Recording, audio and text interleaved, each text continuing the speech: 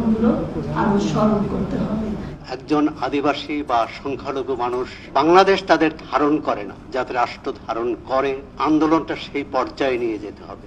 অন্য দিবস যেভাবে যে মর্যাদার সাথে পালন করা হয়, বাংলাদেশেও আদিবাসী দিবস সরকারিভাবে সেই মর্যাদায় সেই গুরুত্ব দিয়ে পালন করতে হবে। ডিসি অফিস টিওন অফিসে কোনো জায়গায় আবেদন দিলে সে আমাদের অর্থ আসে না, তাহলে আমরা পালন করব কি দিয়ে? সে সবাইকে নিয়ে আসার জন্য ধর্ম নিরপেক্ষ আমাদের মূল চার নীতিকে আমরা আবার বাস্তবায়ন করার জন্য কি করতে হবে সেই জিনিসগুলো আমরা করতে পারি।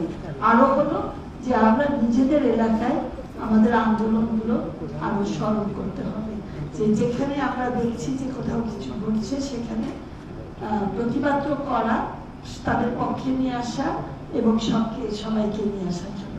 আর যেটা আমাদের একজন ভাই বলেছে যে আমাদের এখানে যারা আদিবাসী বোনার ভাইরা আছে তাদেরকে আরেকটু সাহসী করে তোলা, সেটা হবে যদি আমরা পাশে থাকি, আমরাও সাথে থাকি, আমরাও একসাথে যদি কাজ করি। তারা এমন একটি প্রস্তাব দিলেন যেখানে রাষ্ট্রধর্ম থাকবে কিন্তু ধর্ম নিরপেক্ষতা থাকবে না, এবং বহুত্ববাদ নিয়ে কথা হয়েছে। বহুত্ববাদ একটি কি বলে একটি ধোঁয়াশাপূর্ণ কথা। বহুত্ব কার বহুত্ব? বাঙালি মুসলমান পুরুষতন্ত্র যখন সারা দেশের জাতি ধর্ম নির্বিশেষ সবার ভাগ্য নির্ধারণ করে, তখন যা হওয়ার তাই।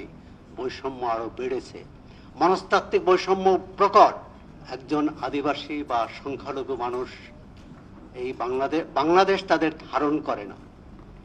সুতরাং রাষ্ট্রকে যাতে রাষ্ট্র ধারণ করে সেই আন্দোলনটা সেই পর্যায়ে নিয়ে যেতে হবে। আমাদের যে দাবিগুলো এখানে উত্থাপিত হয়েছে, এর সঙ্গে আর দুই তিনটে দাবি আমি যুক্ত করতে চাই। একটি দাবি হচ্ছে এই, বাংলাদেশে জাতিসংঘের সকল দিবস পালিত হয়। আন্তর্জাতিক আদিবাসী দিবস এটা আমরা এই হলের মধ্যে আমরা ঠিক করি নাই, আমাদের দেশে আমরা আদিবাসীরা এটা ঠিক করে নাই, এটা জাতিসংঘ এটাকে আদিবাসী দিবস হিসেবে ঘোষণা করেছে। অন্য দিবস যেভাবে যে মর্যাদার সাথে পালন করা হয়, বাংলাদেশেও আদিবাসী দিবস সরকারিভাবে সেই মর্যাদায় সেই গুরুত্ব দিয়ে পালন করতে হবে, এবং সেই ঘোষণাটা আমি কাল থেকে 1 সপ্তাহের মধ্যে শুনতে চাই সরকারের কাছে। 1 সপ্তাহের মধ্যে ঘোষণা দিতে হবে। দাঁড়িয়ে আমাদেরকে বাঁচিয়ে রাখেন, এই আদিবাসী সমাজকে বাঁচিয়ে রাখেন আপনারা, না হলে আমরা কিচ্ছু থাকবে না আমাদের, আমরা শেষ।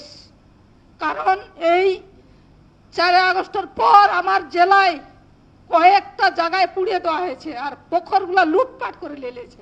আমরা যে লড়াই করবো, আমরা যে আদিবাসীদের দিবসগুলো পালন করবো, সে অর্থ কোথা থেকে? আমরা ডিসি অফিস টিওন অফিসে কোনো জায়গায় আবেদন দিলে সে আমাদের অর্থ আসে না, তাহলে আমরা পালন করব কি দিয়ে? সে দিবসগুলা সেখানে যে চিল্লা চেঁচা করে কথাগুলো বলবো, সেখানে কিচ্ছু নাই। আরো স্মরণ করতে হবে। একজন আদিবাসী বা সংখ্যালঘু মানুষ বাংলাদেশ তাদের ধারণ করে না।